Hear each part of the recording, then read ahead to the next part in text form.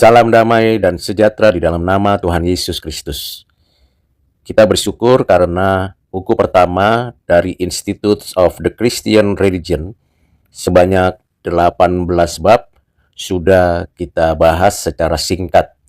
Tentunya kalau kita mau membahas secara mendalam, silakan saudara sekalian membeli atau membaca langsung buku tersebut dan dapat berdialog atau berdiskusi untuk bisa memperdalamnya.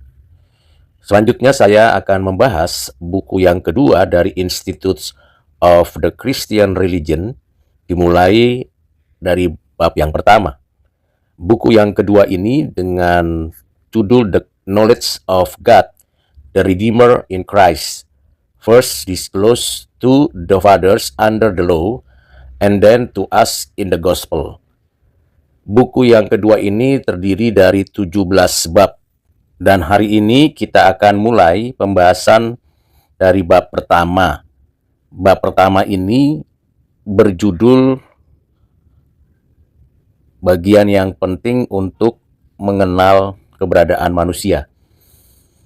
Judul bab yang pertama pada buku yang kedua yaitu Man's Condition at Creation and the Fall, Original Sin and the Ruin of Human Nature. Yang diterjemahkan secara bebas dalam bahasa Indonesianya adalah keadaan manusia dalam penciptaan dan kejatuhan, dosa asal dan kerusakan natur manusia. Johannes Calvin pada bab yang pertama ini membuka bagian untuk menjelaskan buku yang kedua dari Institutes of the Christian Religion dengan menegaskan bahwa untuk memahami karya keselamatan Kristus, kita harus terlebih dahulu memahami kondisi manusia sebelum dan setelah kejatuhan. Calvin menekankan bahwa manusia diciptakan dalam keadaan baik, benar, dan serupa dengan gambar Allah. Natur manusia pada mulanya sehat secara rohani, diarahkan kepada Allah, dan memiliki kemampuan untuk hidup dalam kekudusan dan kebenaran. Pemahaman ini menjadi dasar untuk mengerti kedalaman kerusakan akibat dosa. Calvin menegaskan bahwa imago Dei dalam diri manusia tidak sekedar merujuk pada aspek intelektual atau kemampuan berpikir, tetapi mencakup keteraturan seluruh natur manusia, akal budi, kehendak, afeksi, dan moralitas yang selaras dengan kehendak Allah. Keserupaan ini berarti manusia tidak hanya memiliki fakultas rasional, tetapi juga disposisi rohani yang cenderung kepada kebaikan, kasih, dan ketaatan kepada Allah. Dengan demikian, gambar Allah mencerminkan integritas menyeluruh natur manusia.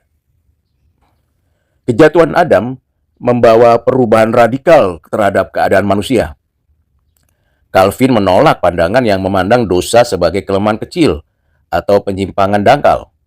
Kejatuhan menghasilkan kerusakan mendalam yang meliputi seluruh aspek natur manusia. Dosa bukan hanya tindakan-tindakan salah, tetapi kondisi korup yang diwariskan seluruh keturunan Adam. Natur yang sebelumnya suci menjadi rusak, kehilangan kemuliaan, dan terasing dari Allah. Calvin menjelaskan bahwa dosa asal, fecatum originale, bukan hanya berupa peniruan Adam, tetapi pewarisan natur berdosa yang mencemari seluruh manusia. Kedurhakaan Adam menjadi sumur racun yang mengalir ke seluruh keturunannya. Dengan demikian manusia tidak berdosa karena meniru Adam, tetapi berdosa karena lahir dengan natur yang sudah rusak. Konsekuensinya, manusia secara alami cenderung kepada kejahatan dan tidak mampu mengarahkan dirinya kepada Allah. Kerusakan natur manusia bersifat menyeluruh, total depravity. Bukan berarti manusia sejahat mungkin, tetapi bahwa tidak ada bagian dari dunia, dari dirinya, yang tidak terpengaruh oleh dosa. Akal budi menjadi gelap, kehendak menjadi rusak, dan afeksi moral menyimpang. Manusia tetap memiliki kemampuan berpikir dan membuat keputusan, namun semua kemampuan itu tidak lagi diarahkan kepada Allah, melainkan kepada kesombongan, pemberontakan, dan kepentingan diri. Saudara yang kekasih dalam Kristus, Calvin menegaskan bahwa kehendak manusia tidak lagi bebas. Dalam arti moral, setelah kejatuhan manusia tidak mampu memilih yang benar menurut standar Allah tanpa anugerahnya. Kehendak manusia bukan hilang, tetapi terbelenggu oleh dosa sehingga mengarahkan pilihan kepada kejahatan. Oleh karena itu, manusia tidak memiliki kapasitas rohani untuk kembali kepada Allah atau memulihkan dirinya tanpa karya anugerah yang membebaskan. Manusia yang jatuh dalam dosa tetap bertanggung jawab atas tindakannya. Sekalipun ia tidak mampu secara rohani untuk melakukan kehendak Allah, kerusakan natur tidak menghapus kewajiban moral. Calvin menegaskan bahwa standar kekudusan Allah tetap berlaku, dan manusia tetap berdosa ketika melanggar perintahnya. Ketidakmampuan moral tidak menjadi alasan pembenaran, tetapi bukti bahwa manusia sangat membutuhkan anugerah penebusan. Calvin menolak pandangan bahwa manusia masih memiliki sisa kebaikan. Kebaikan rohani yang dapat digunakan untuk kembali kepada Allah. Sekalipun masih ada kilasan kebaikan lahiriah atau moralitas sipil, hal itu tidak berasal dari natur manusia, melainkan dari pemeliharaan umum Allah, gracia komunis, yang mencegah manusia menjadi sehancur mungkin. Kebaikan moral yang tampak tidak menunjukkan kesehatan rohani, karena tanpa iman kepada Allah, semua tindakan terbaik pun tercemar oleh dosa. Konsekuensi dari kejatuhan adalah keterasingan dari Allah, kehilangan kedamaian, dan ketakutan terhadap penghakiman. Karena terputus dari sumber hidup, manusia hidup dengan kehampaan rohani dan tidak mampu menemukan pemulihan dari dalam dirinya. Kebobrokan ini menuntun pada penderitaan, kekacauan moral, dan kebutaan spiritual. Hanya pemahaman jujur akan kondisi ini dapat menolong manusia menyadari kebutuhan mutlak akan penebus. Calvin menekankan bahwa semua filsafat yang terlalu meninggikan kemampuan manusia gagal memahami realitas kerusakan akibat dosa. Pemikiran yang optimistik tentang natur manusia mengaburkan kebenaran Injil dan meremehkan karya Kristus. Injil tidak akan dihargai jika manusia tidak terlebih dahulu mengakui kedalaman kemerosotan moral dan rohaninya. Kesadaran akan kebejatan mempersiapkan hati untuk menerima kasih karunia. Dalam kerangka ini, saudara, Calvin menekankan bahwa pengetahuan tentang dosa adalah elemen penting dari teologi keselamatan. Tanpa pemahaman yang benar tentang kondisi manusia, doktrin penebusan tidak akan bermakna. Keselamatan bukan perbaikan karakter, tetapi kelahiran baru yang memulihkan natur melalui karya Roh Kudus. Karena itu, bab pertama ini, pada buku yang kedua ini, menjadi pintu bagi pembahasan tentang Kristus sebagai satu-satunya jalan pemulihan.